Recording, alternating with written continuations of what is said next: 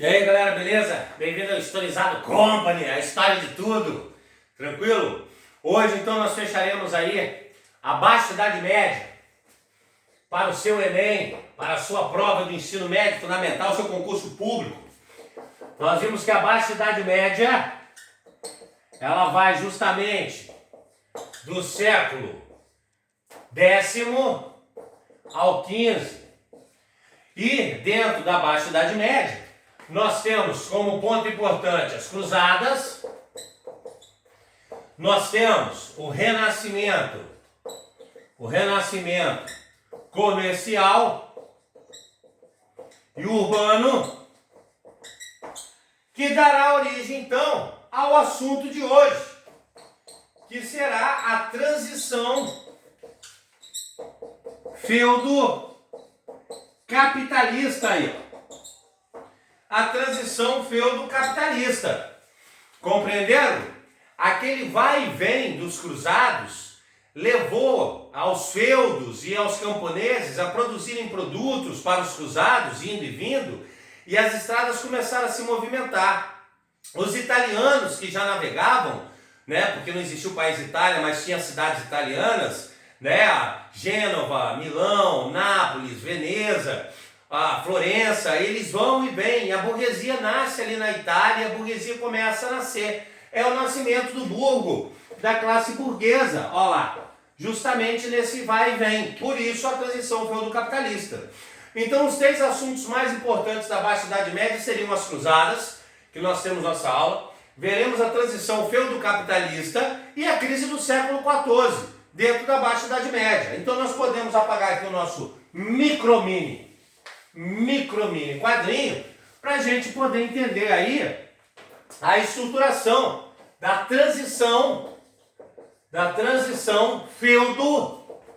feudo-capitalista, capitalista, onde nós temos aqui o burgo, nos interessa o burgo, ó lá, da nova classe a burguesia, e aí nos interessa a estrutura do burgo.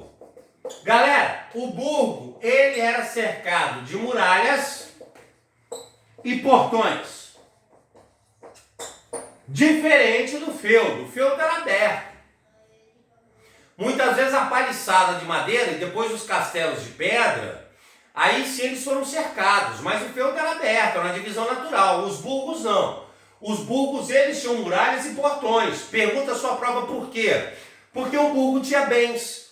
O burgo tinha manufaturas, ou seja, máquinas, o burgo tinha metais preciosos, o burgo tinha matéria-prima, o burgo tinha produtos. Então, quando era de manhã, se abria os portões do burgo. Por isso, que também outro ponto importante que nós temos no burgo é o prefeito. Os burgueses daquele burgo elegiam um prefeito, e era compromisso desse prefeito, então, tomar conta do policiamento, tomar conta do funcionamento do burgo, e esse prefeito também abrir e fechar os portões todo dia. Amanhecia, abrir os portões do burgo para o comércio.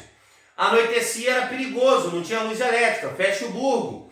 Por isso que hoje existe a famosa cerimônia da chave da cidade. Já viram essa cerimônia? O cara fala assim, o fulano nasceu em São Paulo, mas vive em Vitória, no Espírito Santo, se dedicou a vida toda aqui. A prefeitura, então, dá a chave da cidade. Aí vem aquela chave de isopor com purpurina. Tá entendendo? Uma questão simbólica. Mas aqui era a chave da cidade mesmo. O prefeito abria e fechava a cidade todo dia. E como eu disse, ele também era responsável pelo policiamento. Mas esse policiamento era feito por uma cavalaria. Uma cavalaria mercenária. Nesse momento, galera,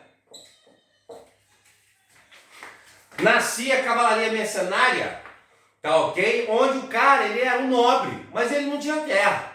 Então, quando começou a circular a moeda de ouro, de prata, as pedras preciosas, o comércio renasceu na Baixa Idade Média, muitas cavalarias, elas prestavam serviços, olha só, para proteger o burgo. Então, o prefeito contratava aqueles cavaleiros para proteger o burgo contra qualquer invasão. Porque às vezes um burgo saqueava o outro para ficar mais rico também. E quando eles iam transportar dinheiro, eles contratavam a cavalaria mercenária para transportar as moedas e os bens pelas estradas, que era perigoso roubar, igual a lenda do Robin Hood, né? Robin Hood é uma lenda. Mas então essas cavalarias mercenárias transportavam o dinheiro do mundo europeu. Por que eu disse mundo? Porque ainda hoje, galera, por incrível que pareça, quem transporta o dinheiro do mundo são as cavalarias mercenárias. Como assim, professor? Ué, o governo faz o dinheiro. Compreenderam? Você tem o Tesouro Nacional, o ouro, dólar nos cofres do governo, o governo emite seu papel moeda. Mas quem transporta o papel moeda é a Brinks. São os carros fortes, são as empresas de transporte de dinheiro. Ou seja, ainda quem transporta o dinheiro do mundo, galera, é a cavalaria mercenária. Tá entendendo como isso influencia a nossa vida? Os burgos são as cidades com muralhas e portões porque é cheia, né, de bens. Você tem os prefeitos, igual os municípios, olha só, para tomar conta daquelas regiões. Ele é responsável pelo policiamento do burgo e esse policiamento é uma cavalaria mercenária. E quando vai transportar as mercadorias do dinheiro, são eles também. E até hoje no mundo é assim. Então o burgo, ele tem muralha, o feudo não. Outro ponto importante da transição feudo-capitalista. Dentro do burgo, nasce os bancos. Olha lá. Surgem os bancos. Muitos desses primeiros bancos eram de judeus. Muitos judeus acumularam bens, então muitos judeus fundaram bancos. Além dos judeus, você tem a famosa cavalaria templária, a ordem dos templários, que tinha um papel nas cruzadas, galera, de proteger os templos. Então muitos deles protegeram os templos e se enriqueceram, tá entendendo? Durante as cruzadas. E eles fundaram bancos, tá entendendo? Nesse caso aí, os bancos, eles terão um papel, tá ok? De armazenar capital e trocar moeda. Exemplo, um camarada chega num burgo com a sua sacolinha de ouro, as moedinhas de ouro. Ele não vai ficar rodando para lá e para cá com aquela sacolinha de ouro, que ele vai ser roubado. Compreenderam? Ele vai ser roubado.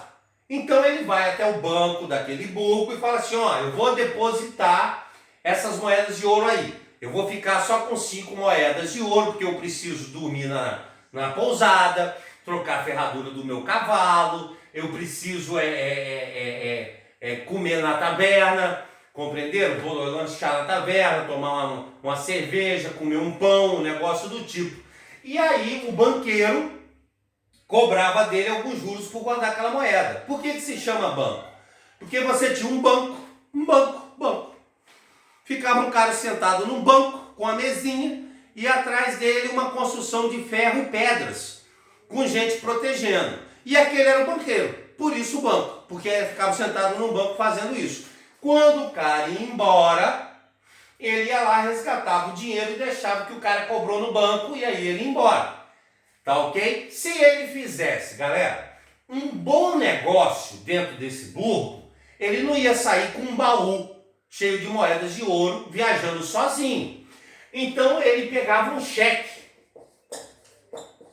O cheque era um pedaço de pano, onde esse banqueiro escrevia o valor e dava para esse camarada. Esse camarada ia embora daquele burgo e no banco de outro burgo ele dava o cheque e pegava o dinheiro todo lá, equivalente ao cheque. Por isso que às vezes precisava transportar as moedas de ouro.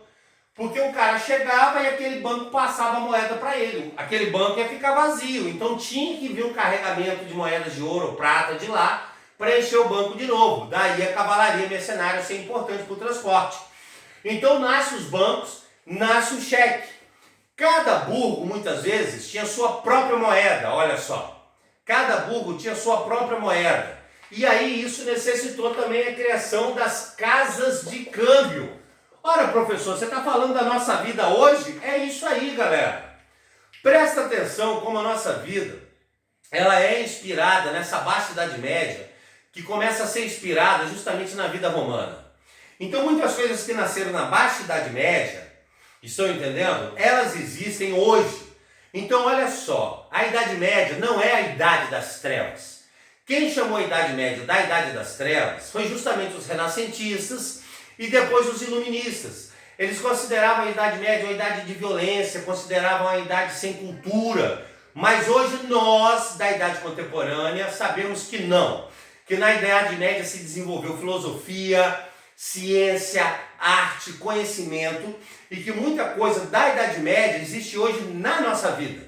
Coisas simples como a calça, o óculos, o casamento dessa forma que você conhece nasceu na Idade Média. Então chamar a Idade Média de Idade das Trevas é um erro hoje na Idade Contemporânea. Nós sabemos disso. Mas por que foi chamada de Idade das Trevas? Porque os renascentistas e os iluministas consideravam que naquele período era violento, que ninguém sabia ler e escrever, que ninguém tinha conhecimento.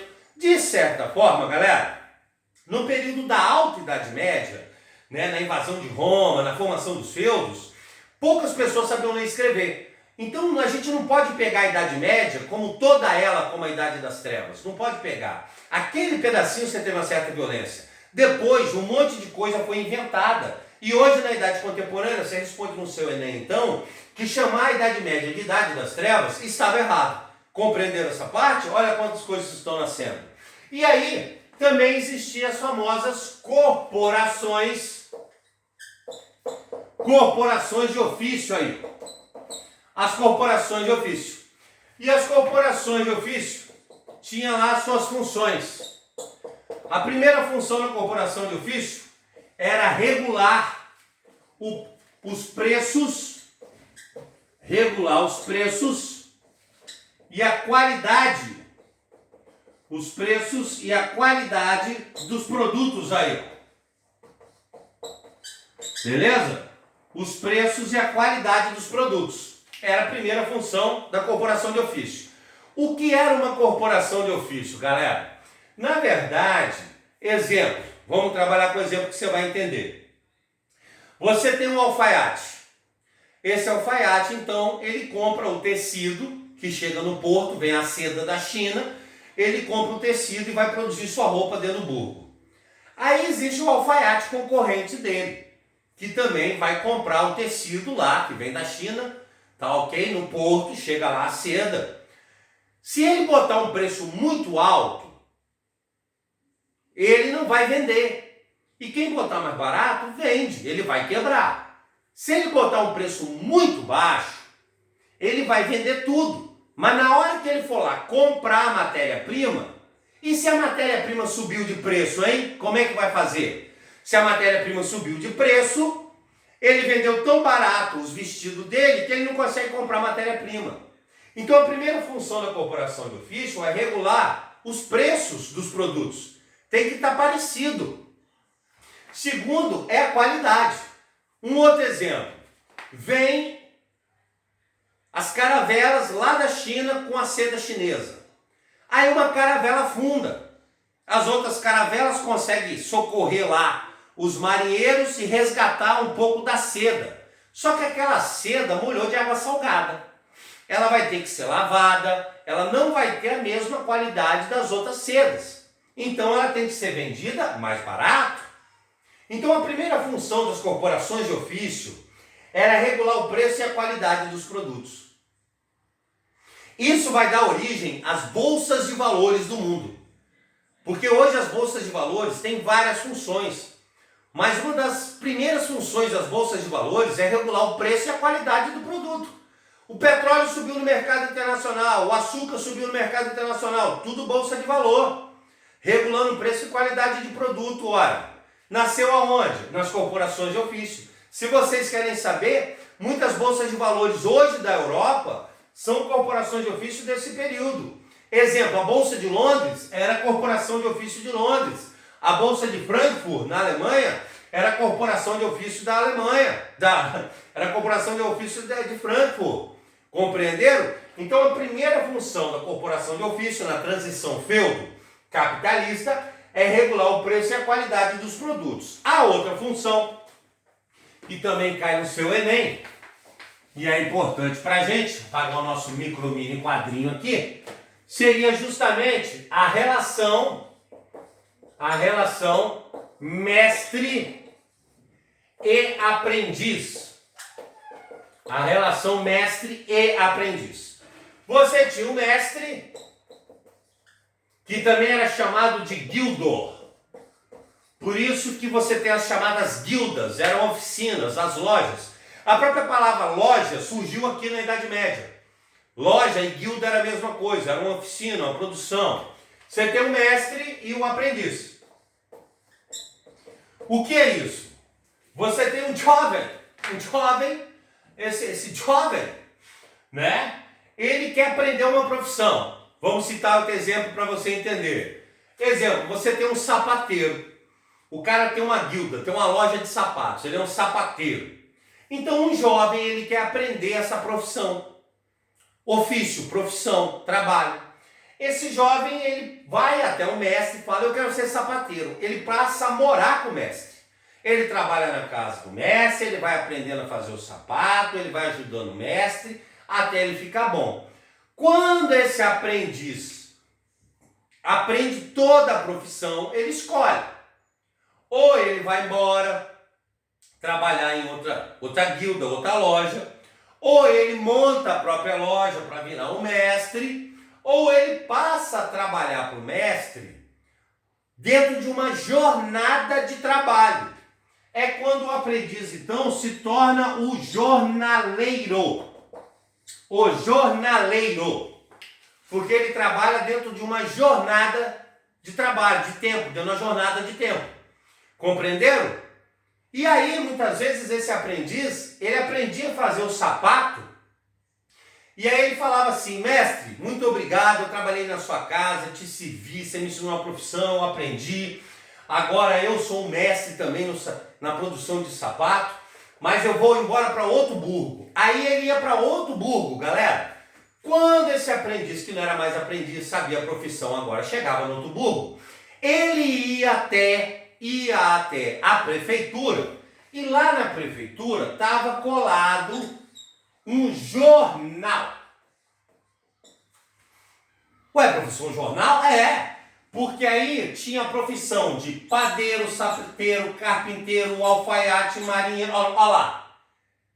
Por isso jornal, porque lá estavam os empregos que aquele burgo precisava, de gente para trabalhar dentro daquele burgo, dentro dessas profissões, o jornaleiro, o jornal. Depois que as prefeituras começaram a anunciar as guerras, os casamentos, e isso deu origem ao jornal que você conhece hoje. Não tem como chamar a Idade Média de Idade das Trevas, né, galera? É a sua vida, olha só. Então a primeira função da corporação de ofício é justamente, regular o preço e a qualidade dos produtos, e a segunda função é a relação mestre e aprendiz. Foram muitas corporações de ofício existentes por toda a Europa. A mais famosa, anotem aí, é a chamada Liga Hanseática. A Liga Hanseática, ela vai unir várias corporações de ofício. Compreenderam? Para a gente caminhando aí para fechar a baixa Idade Média e essa transição feudo-capitalista aí, nesse momento, nós temos aqui justamente o que nós chamamos de crise do século XIV. A crise do século XIV foi, galera, a ausência de metais preciosos, aí ó, a ausência de metais preciosos. Chegou um momento na Europa que ela já havia saqueado o Oriente Médio com as cruzadas, já havia explorado o seu subsolo, e a base da riqueza para eles era o ouro e a prata. E chegou um momento que sumiu os metais preciosos, não tinha mais metais preciosos. Durante o século XIV, isso gerou uma grande crise econômica. Por isso, eles partiram para as grandes navegações. Mas vamos deixar isso para a Idade Moderna, só estou fazendo essa ponte. Então você tem a crise do século XIV, a ausência de metais preciosos, junto com a famosa Guerra dos 100 anos. A Guerra dos 100 anos, que durou 116 anos. A Guerra dos 100 anos foi justamente a disputa territorial entre, galera, entre a Inglaterra e a França aí, ó.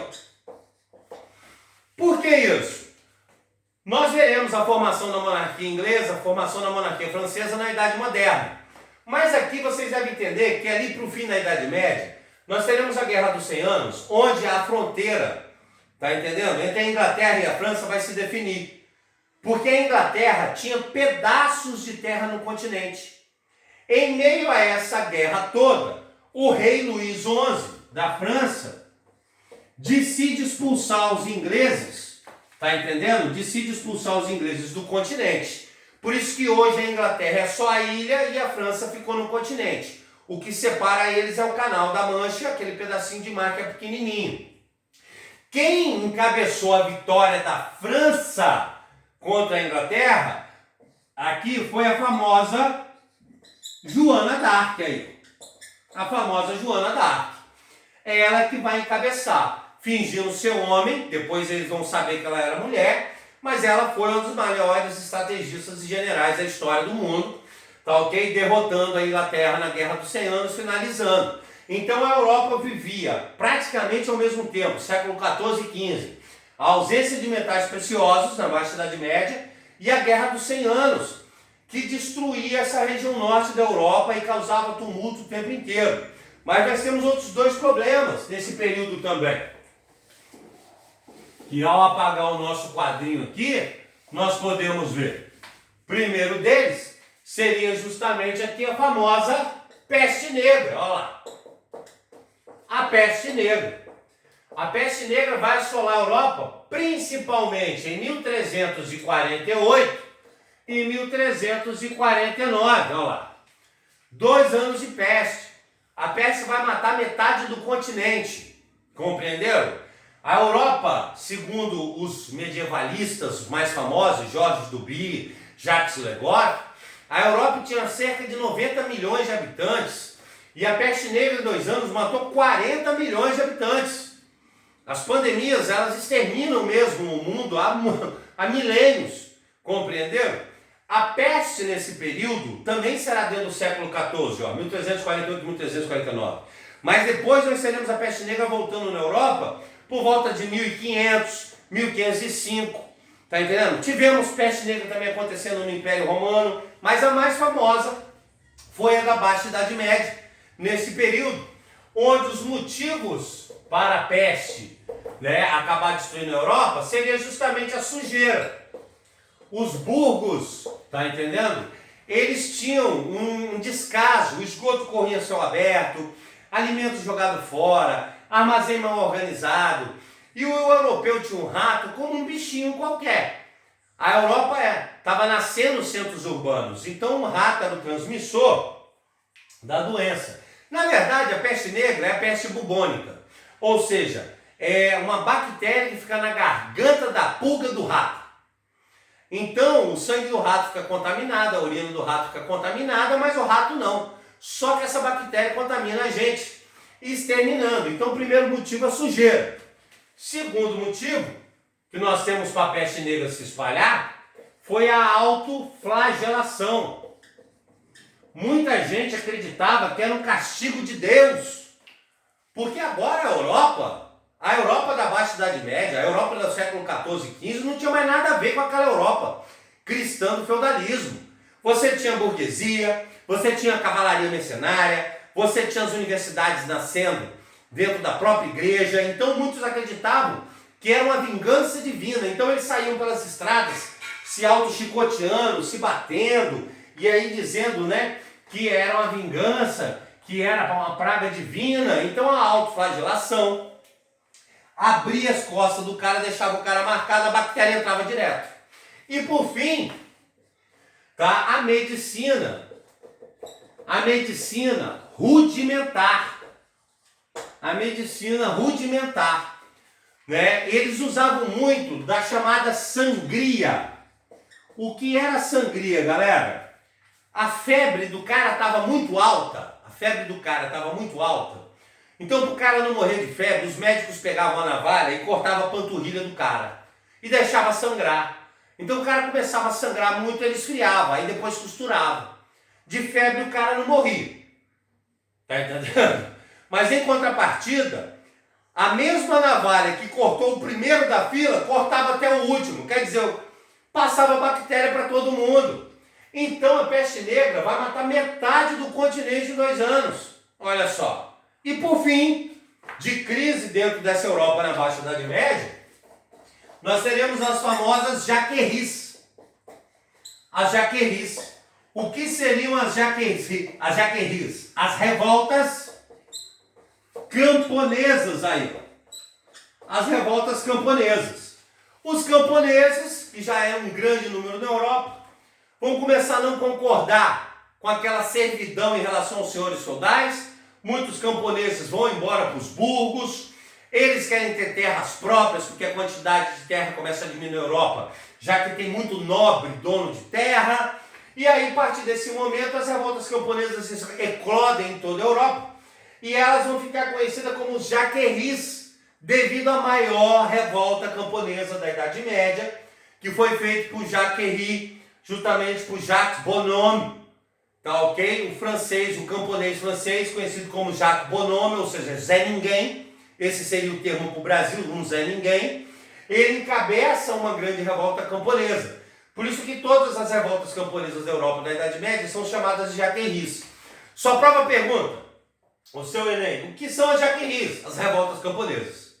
Compreenderam, galera? Tá gostando? Dá seu like aí, pra gente continuar nossas aulas no canal do seu Enem. Se inscreve no canal, mostra pro coleguinha. Nós temos vários assuntos, vocês sabem também, né? Os Story Docs, nós aprofundamos em outros assuntos, curiosidades, tá entendendo? Partimos para indicações de livros, tá? Também séries. Não perde não. Porque agora eu quero que você entenda o seguinte, tá? Observe a Europa da Baixa Idade Média. Você tem o surgimento do burgo, os bancos, a navegação no mar Mediterrâneo, tá ok? As casas de câmbio, avanço das universidades que nasceram na própria igreja. Mas em contrapartida você tem a Guerra dos 100 Anos, a ausência de metais preciosos, a peste negra matando, as revoltas camponesas, ou seja, a Europa, no fim da Baixa Idade Média, galera, viveu um paradoxo. O que é algo paradoxal? Galera, algo que ao mesmo tempo que se constrói, se destrói. Então a Europa vivia um momento paradoxal. Ao mesmo tempo que ela crescia, ela se destruía. Isso então fez ela passar por mudanças completas. Essa situação cuspiu a Europa no que nós chamamos então de Idade Moderna. Porque a partir desse momento, a Europa vai formar os Estados Nacionais, nasce Portugal, Inglaterra, Espanha, compreenderam? A Europa parte para as grandes navegações atrás de ouro, tá? Nasce o mercantilismo. A Europa então quer a liberdade social, jaquerris e tudo mais, vem a reforma protestante. Olha só, ou seja, esse paradoxo que a Europa vivia na Baixa Idade Média, jogou ela na Idade Moderna, nas transformações políticas, econômicas, sociais e religiosas, começando a colocar o feudalismo em decadência e nascendo aí o sistema capitalista. Espero que tenham gostado, se inscreva no canal aí, dê seu like, marque o sininho para ter as notificações, porque agora você já ficou historizado. Um abraço!